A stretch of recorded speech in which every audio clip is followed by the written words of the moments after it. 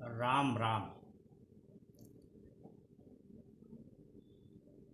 विचारों की बगिया में भ्रमण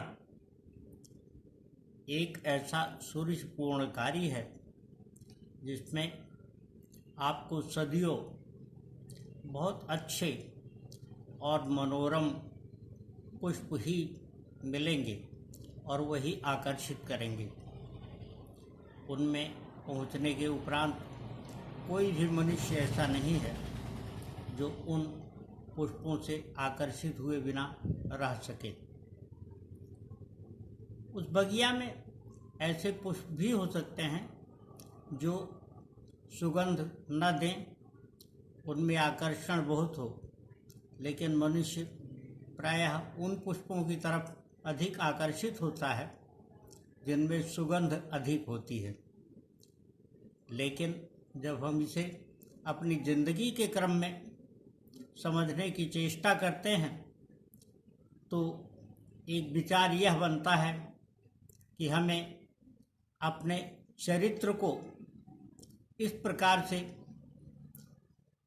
प्रकार का कोई उद्यान नहीं बनाना चाहिए जिसमें हर कोई भ्रमण कर सके, अपितु इसे आसमान जैसा विस्तार देने से हर कोई वहाँ पहुँचना चाहेगा। जब हम जिंदगी के विभिन्न संदर्भों के बारे में सोचते हैं तो कई महत्वपूर्ण बातें समझ में आती हैं।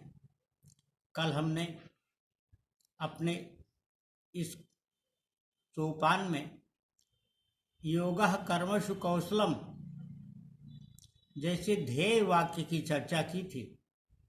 यह श्रीमद् भगवद गीता से लिया गया है। इसके श्लोक और संदर्भों की चर्चा आज महत्वपूर्ण है। बुद्धि युक्तो जहाति उभे सुकृत दुष्कृते, बुद्धि युक्तो जहाति उभे सुकृत दुष्कृते, तस्माद्योगाय युज्यस्व योगः कर्मसु कौशलम। कहने का आशय सीधा तो यह है कि भक्ति में जो व्यक्ति संलग्न है वह अपने इसी जीवन में सभी अच्छे कार्यों का सुख भोग करके उनसे मुक्ति पा लेता है और इस संसार से उसका वास्ता समाप्त होते समय इच्छा शेष न रह जाने के कारण वह मोक्ष को प्राप्त कर लेता है और मनुष्य को वही करना चाहिए, इसकी सत्प्रेरणा यह श्लोक देता है। लेकिन हम जब जीवन में भक्ति के संदर्भ में चर्चा करते हैं तो एक बात महत्वपूर्ण समझ में आती है और वह ये कि भक्ति राम नाम में रम करके या साधु सन्यासियों जैसा वेश धारण करके किसी गुफा में बैठ जाना नहीं है, बल्कि हमारा कर्म जो जीवन के नैतिक दायित्व हैं उनसे संबंधित कर्म और कर्तव्य ही जीवन की वास्तविक भक्ति हैं। और हम उनमें अगर सदाचरण पूर्व प्रवृत्त रखें अपने को और आगे बढ़ते रहें तो हम निश्चित ही एक दिन जब हमारा अंतिम दिन होगा हम इस जीवन से पूरी तरह संतुष्टि प्राप्त कर चुके होंगे और कोई तमन्ना कोई आकांक्षा शेष न रहने पर हम इस जीवन का बहुत उत्तम ढंग से समापन कर सकेंगे। जिंदगी को समझने की चेष्टा में आज जब हमने नए सिरे से विचारों की बगिया में भ्रमण करने का यत्न किया तो अनेक सुंदर पुष्प प्राप्त हुए।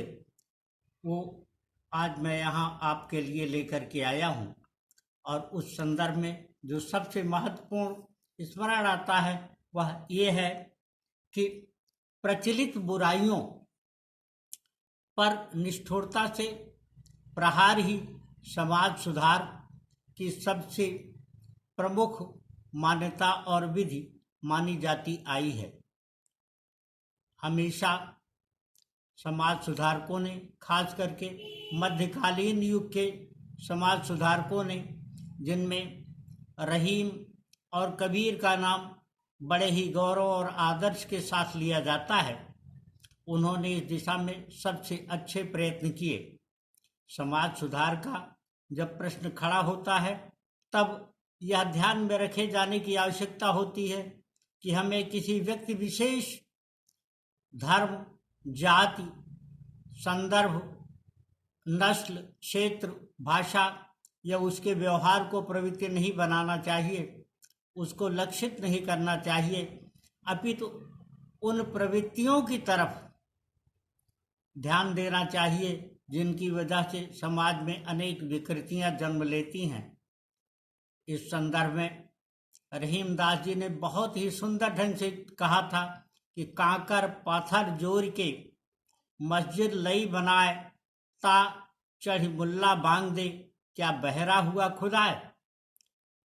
समाज में जो कहा जाता है उस समय के बारे में जिन लोगों का अध्ययन है उन मनीषियों के अनुसार तब रहीम का इस संदर्भ में बहुत विरोध हुआ। उन्हें बहुत सारे लोगों के विरोध को झेलना पड़ा, लेकिन उन्होंने इस प्रवृत्ति पर बड़ी ही कठोरता से प्रहार किया। उनका ये मानना रहा कि परमपिता परमेश्वर या पार ब्रह्म, जिसे खुदा या अल्लाह के रूप में उन्होंने मान्यता दी, समझी और जीवन में व्यवहार किया, वह प्रत्येक जगह विद्यमान है और उसके लिए इस प्रकार की कोई चेष्टा करके उसे एक स्थान विशेष में केंद्रित कर देने की आवश्यकता नहीं है।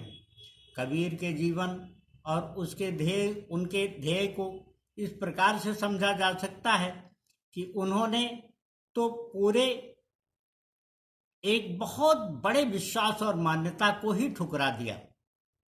उन्होंने कहा कि जो कबीरा काशी मरे तो रामय कौन निहुरा, और जीवन के अंतिम समय में वो काशी को छोड़कर मगहर चले गए।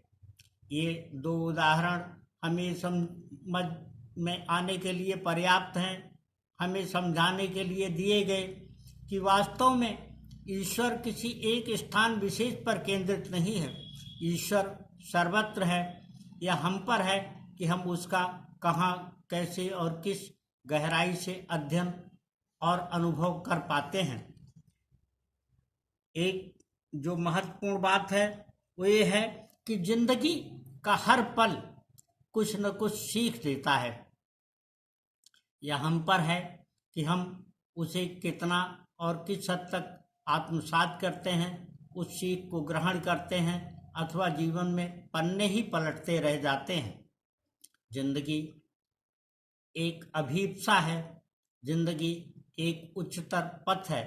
हमें कभी अपने जीवन में उम्मीदों को छोड़ना नहीं चाहिए, क्योंकि उम्मीदें ही हैं जो एक ऐसा रास्ता बनाती हैं जिस पर जीवन को सदियों गतिशीलता मिलती जाती है।